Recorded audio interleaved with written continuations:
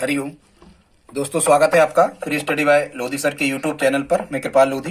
दोस्तों, आज हम आपको लेकर के आए हैं जीके का बहुत ही इंपॉर्टेंट टॉपिक, जिसमें दोस्तों आज हम आपको बताने वाले हैं भारत के भूगोल के बारे में। दोस्तों, एक अपील है, यदि आप हमारे चैनल पर पहली बार आए हैं तो प्लीज हमारे चैनल को सब्सक्राइब कर लें, साथ में बेल आइकन पर क्लिक करें ताकि सबसे पहले नोटिफिकेशन आपको मिलता रहे। दोस्तों, हम इसी प्रकार के कॉम्पिटिटिव एग्जाम रिलेटेड वीडियोस को अपलोड करते रहते हैं, जिसमें मैथ्स, रीजनिंग, जीके, साइंस और शिक्षक भर्ती परीक्षा के वीडियोस होते हैं। तो प्लीज दोस्तों, यदि यहां तक आपने हमारा वीडियो देखा है तो लाइक कर दें। तो बगैर देर किए स्टूडेंट्स, आइए प्रारंभ करते हैं आज का टॉपिक, भारत के राज्य और उनके केंद्र शासित प्रदेशों के उपनाम। दोस्तों, आप किसी भी प्रकार के कॉम्पिटिटिव एग्जाम की तैयारी यदि कर रहे हैं तो निश्चित रूप से यहां से एक प्रश्न आना ही होता है। इसे हम स्टैटिक जीके के अंतर्गत रख सकते हैं। बहुत ही इंपॉर्टेंट टॉपिक है, चाहे आप किसी भी राज्य के एग्जाम की तैयारी कर रहे हैं, चाहे आप सेंट्रल लेवल के एग्जाम की तैयारी कर रहे हैं। तो बगैर देर किए हुए आइए प्रारंभ करते हैं आज का टॉपिक, भारत के राज्यों एवं केंद्र शासित प्रदेशों के उपनाम। दोस्तों, यहां से प्रश्न किस प्रकार से आता है, जैसे मान के चलो आपसे एग्जामिनर पूछ लेगा कि भारत का स्विट्जरलैंड या भारत का स्वर्ग निम्न में से किसे कहा जाता है। ठीक है, इस प्रकार से, या वो कहेंगे कि जम्मू कश्मीर के बारे में क्या सत्य है, भारत का स्विट्जरलैंड, केसर भूमि, भारत का स्वर्ग, इस टाइप के क्वेश्चन यहां से आना होते हैं। तो सबसे पहले हमने लिया है जम्मू कश्मीर राज्य को। तो दोस्तों, जम्मू कश्मीर जो राज्य है इसे कहा जाता है भारत का स्विट्जरलैंड, और बहुत अधिक सुंदरता होने के कारण भारत का स्विट्जरलैंड या भारत का स्वर्ग या धरती का स्वर्ग जम्मू कश्मीर को कहा जाता है। जम्मू कश्मीर को दोस्तों केसर की भूमि भी कहा जाता है, क्योंकि भारत में सबसे ज्यादा केसर का जो उत्पादन है ये जम्मू कश्मीर में ही होता है। केसर कश्मीर ऐसे करके आप इसको याद रख सकते हो। तो आई होप आप समझ गए होंगे कि जम्मू कश्मीर को भारत का स्विट्जरलैंड, केसर भूमि, धरती का स्वर्ग, भारत का स्वर्ग कहते हैं। सेकंड देखते हैं दोस्तों, हिमाचल प्रदेश। तो हिमाचल प्रदेश के निकनेम क्या है या हिमाचल प्रदेश के उपनाम क्या है। तो सबसे पहले तो हिमाचल प्रदेश में फल बहुत अधिक होने के कारण हिमाचल प्रदेश को फलों की डलिया कहा जाता है, या हिमाचल प्रदेश में सबसे ज्यादा एप्पल मतलब सेव होते हैं, इसलिए हिमाचल प्रदेश को एप्पल स्टेट के नाम से भी जाना जाता है। तो आई होप आप समझ गए होंगे, फलों की डलिया और एप्पल स्टेट किस राज्य को कहते हैं, हिमाचल प्रदेश को। जैसे ही आपने देखा होगा, जो छोटे बच्चे होते हैं ये मचल जाते हैं। अब काय के लिए मचल जाते हैं, या तो वो फलों के लिए मचल जाते हैं, एप्पल के लिए मचल जाते हैं, सेव के लिए, और हमें उनको ये फल या एप्पल उनको उपलब्ध करवाना होते हैं। तो ऐसे आप इसको याद रख सकते हो कि हिमाचल प्रदेश को फलों की डलिया या एप्पल स्टेट कहते हैं। हालांकि भारत में सर्वाधिक फलों का उत्पादन महाराष्ट्र राज्य करता है, लेकिन इसके बाद भी सेकंड स्थान पर हिमाचल प्रदेश का नंबर आता है भारत में फल उत्पादन में, इसलिए हिमाचल प्रदेश को फलों की डलिया या फिर एप्पल स्टेट कहा जाता है। आगे देखते हैं, 3 नंबर पे लिखा हुआ है मध्य प्रदेश। अब मध्य प्रदेश को क्या क्या कहा जाता है। दोस्तों, आपको बताएं, मध्य प्रदेश के निकनेम याद रखने के लिए आप चाहें तो एक ट्रिक याद रख सकते हैं, और वो ट्रिक क्या है, वो ट्रिक है बाल सो हृदय मध्य प्रदेश का। ऐसे करके आप इसको याद रख सकते हो, बाल सो हृदय मध्य प्रदेश का, ऐसा आप इसको कह सकते हो। तो दोस्तों, मध्य प्रदेश को क्या क्या कहा जाता है देखते हैं। यहाँ बा से बनता है बाघों का प्रदेश या बाघों की भूमि। यहाँ सबसे अधिक बाघ होने के कारण मध्य प्रदेश को बाघों का प्रदेश या बाघों की भूमि कहा जाता है। ला से बनेगा लघु भारत, मध्य प्रदेश को लघु भारत के नाम से भी जाना जाता है। यहाँ सो से बनेगा सोया प्रदेश। क्या बनेगा, सोया प्रदेश। सोयाबीन सबसे ज्यादा मध्य प्रदेश में ही होता है भारत में, इसलिए मध्य प्रदेश को सोया प्रदेश के नाम से भी जाना जाता है। इसके बाद मध्य प्रदेश को हृदय प्रदेश भी कहते हैं। ये एकदम भारत के बिल्कुल बीचों बीच स्थित होने के कारण मध्य प्रदेश कहा जाता है, और बीचों बीच हमारा हृदय भी शरीर के बिल्कुल बीचों बीच स्थित होता है, इसलिए मध्य प्रदेश को हृदय प्रदेश भी कहा जाता है। इसके बाद में मध्य प्रदेश को नदियों का मायका कहा जाता है। दोस्तों, विश्व में सबसे अधिक नदियां भारत में बहती हैं या भारत से निकलती हैं, और भारत में सबसे अधिक नदियां मध्य प्रदेश में बहती हैं या मध्य प्रदेश से निकलती हैं, इसीलिए आप ध्यान रखें, मध्य प्रदेश को नदियों का मायका भी कहा जाता है। तो अब हम देखते हैं अगला राज्य हमारा छत्तीसगढ़। तो छत्तीसगढ़ का उपनाम क्या है। छत्तीसगढ़ को दोस्तों धान का कटोरा कहते हैं। क्या कहते हैं, धान का कटोरा कहते हैं। वैसे आप याद रखना, चावल 30 रुपया से किलो तो कम तो नहीं मिलता है, 30 रुपया किलो से कम। तो ऐसे करके आप इसको याद रख सकते हो कि छत्तीसगढ़ को क्या कहा जाता है, धान का कटोरा कहा जाता है। हालांकि दोस्तों, भारत में सबसे ज्यादा जो धान या चावल का उत्पादन होता है ये पश्चिम बंगाल राज्य करता है, लेकिन छत्तीसगढ़ में भी बहुत अधिक धान या चावल होने के कारण इसे चावल का खाद्यान्न भंडार, चावल का कटोरा या धान का कटोरा किसे कहा जाता है? छत्तीसगढ़ को कहा जाता है। और एक चीज और ध्यान रखना, भारत की मुख्य खाद्य फसल जो है वो चावल ही है। आगे हम देखते हैं 5 नंबर राज्य पे है मेघालय। जैसा कि आपको पता है ये भारत का सर्वाधिक वर्षा वाला राज्य है। तो मेघालय को क्या कहा जाता है? इसके नाम में ही छुपा हुआ है दोस्तों। मेघालय को कहा जाता है मेघों का घर। क्या कहा जाता है? मेघों का घर मेघालय, या मेघालय को ही पूर्व का स्कॉटलैंड कहते हैं। इसकी जो भौगोलिक स्थिति या इसकी जो सुंदरता है ये स्कॉटलैंड की भांति ही है। ये एक देश का नाम है, इसीलिए इसे, और ये पूर्व में स्थित है मेघालय, इसीलिए इसे पूर्व का स्कॉटलैंड या मेघों का घर किसे कहते हैं? मेघालय को कहते हैं। ठीक है। वैसे आप और कैसे ट्रिक में याद कर सकते हो? क्या है, जैसे कोई जानवर आपको काट लेता है, कोई जानवर आपको काट लेता है तो आप घायल हो जाते हो, या इसको आप घायल समझे, इसीलिए मेघालय, ऐसे करके आप इसको याद रख सकते हो। 6 नंबर पे है दोस्तों सिक्किम। सिक्किम, इसे फलोद्यानों का स्वर्ग या वनस्पति विज्ञानियों का स्वर्ग कहा जाता है, क्योंकि ये सिक्किम जो राज्य है दोस्तों, यहाँ भारत में सबसे अधिक विभिन्न प्रकार की वनस्पतियां पाई जाती हैं, इसीलिए वनस्पति विज्ञानियों का स्वर्ग या फलोद्यानों का स्वर्ग किसे कहते हैं? सिक्किम राज्य को कहते हैं। अब आप इसको कैसे याद रख सकते हो फलोद्यान? वैसे ही आपने देखा होगा कि आजकल उद्यानों की संख्या लगातार कम होती जा रही, तो कम से सिक्किम, काय की संख्या कम होती जा रही, उद्यानों की संख्या कम होती जा रही।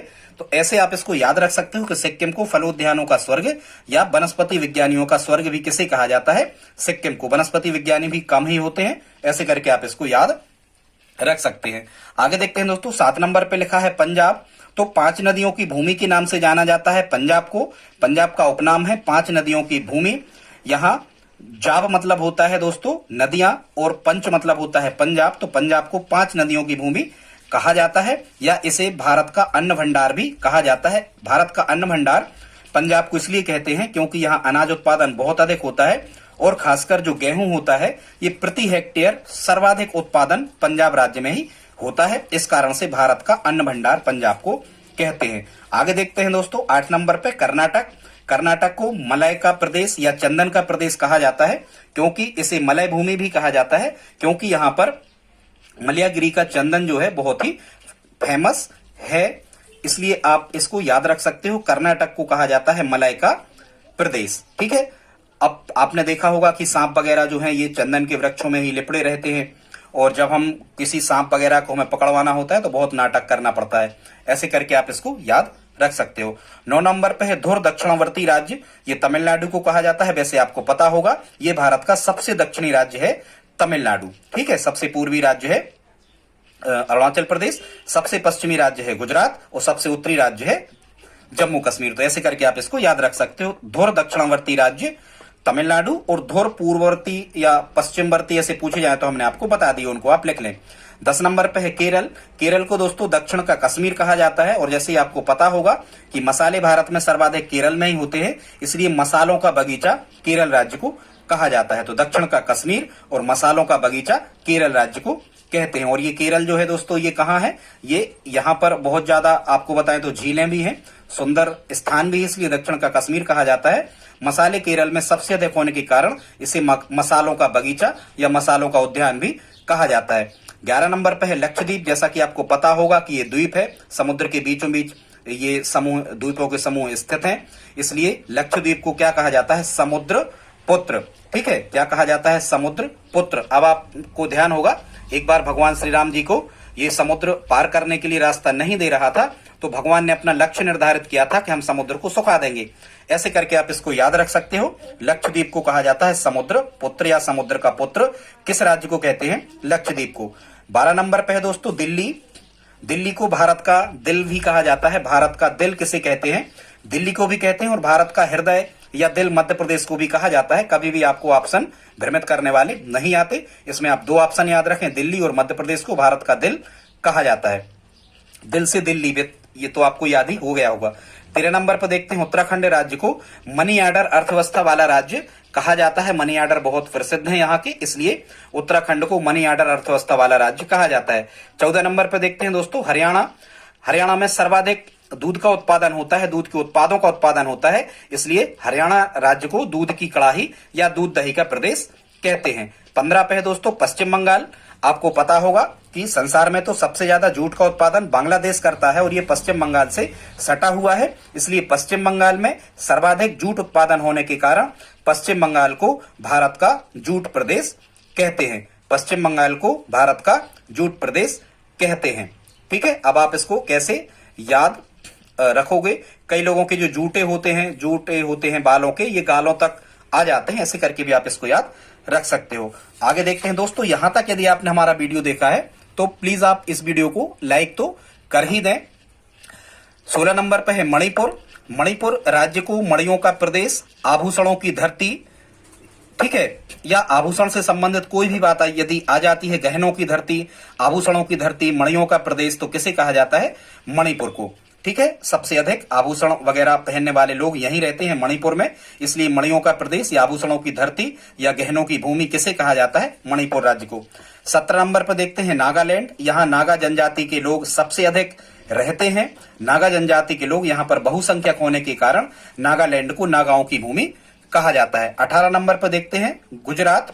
तो यहाँ गुर्जर जाति सबसे अधिक रहने के कारण गुजरात को गुर्जरों का राष्ट्र या साल्ट प्रदेश कहते हैं। दोस्तों, गुजरात राज्य जो है ये भारत में सबसे अधिक नमक उत्पादन करने वाला राज्य है। फिर से सुन लें, गुजरात भारत में सबसे अधिक साल्ट, इंग्लिश में कहते हैं नमक को, गुजरात भारत का सबसे अधिक नमक उत्पादन करने वाला राज्य है, इसलिए इसे साल्ट प्रदेश या गुर्जरों का राष्ट्र कहा जाता है। किसे? गुजरात को। 19 नंबर पे है दोस्तों आंध्र प्रदेश। इसे आंध्रों का प्रदेश भी कहते हैं, आंध्र प्रदेश को। और यहां पर कभी यदि आपसे पूछा जाए कि भारत में सबसे अधिक अंडों का उत्पादन कहां होता है, तो भारत में सबसे अधिक अंडों का जो उत्पादन होता है ये आंध्र प्रदेश में ही होता है। कुछ लोग बिल्कुल अपन कहते हैं कि अंधर आके अंडा खाते हैं, ऐसे करके आप याद रखना कि अंडों की टोकरी आंध्र प्रदेश को कहा जाता है। और यहाँ आंध्र जाति बहुत अधिक संख्या में पाए जाने के कारण इसे आंध्रों का प्रदेश कहते हैं। 20 नंबर पर देखते हैं दोस्तों मिजोरम।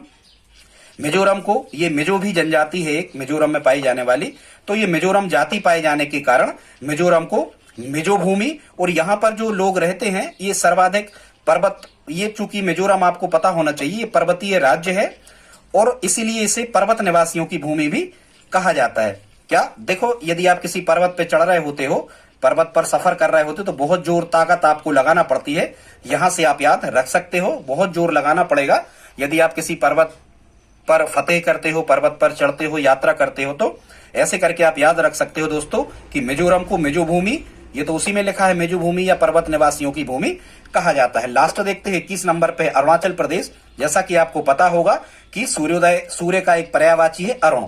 फिर से सुन लें, सूर्य का एक पर्यायवाची है सरनाम से क्या? अरुण। इसलिए अरुणाचल प्रदेश को उसी के नाम पर सूर्योदय का प्रदेश कहते हैं।